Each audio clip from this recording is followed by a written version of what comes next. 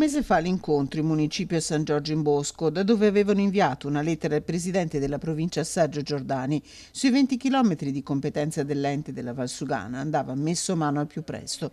Un incontro tra i sindaci ha portato i primi risultati. Al tavolo con Giordani, Stefano Baraldo, consigliere delegato alla viabilità, la prima cittadina di Curtarolo, Martina Rocchio, il sindaco di San Giorgio in Bosco Nicola Pettenuzzo, il sindaco di Cittadella Luca Pierobon e quello di Campo San Martino Dario Tardivo.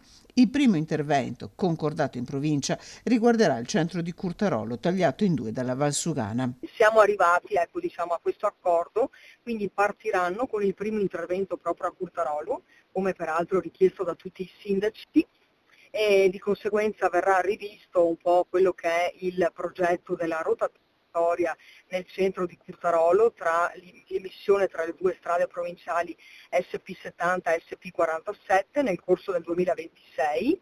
Verrà inserito nel piano triennale delle opere provinciali. I cantieri potrebbero aprirsi già nel 2027 per un costo di oltre 2 milioni di euro. Dopo Curtarolo, necessario anche l'intervento nell'altro nodo critico, l'incrocio di San Giorgio in Bosco. Un nodo molto critico, strade molto trafficate, in quanto viviamo in un territorio fortemente urbanizzato, ma anche con tantissime attività produttive che naturalmente implica un traffico sia di automobili sia di mezzi pesanti molto importante.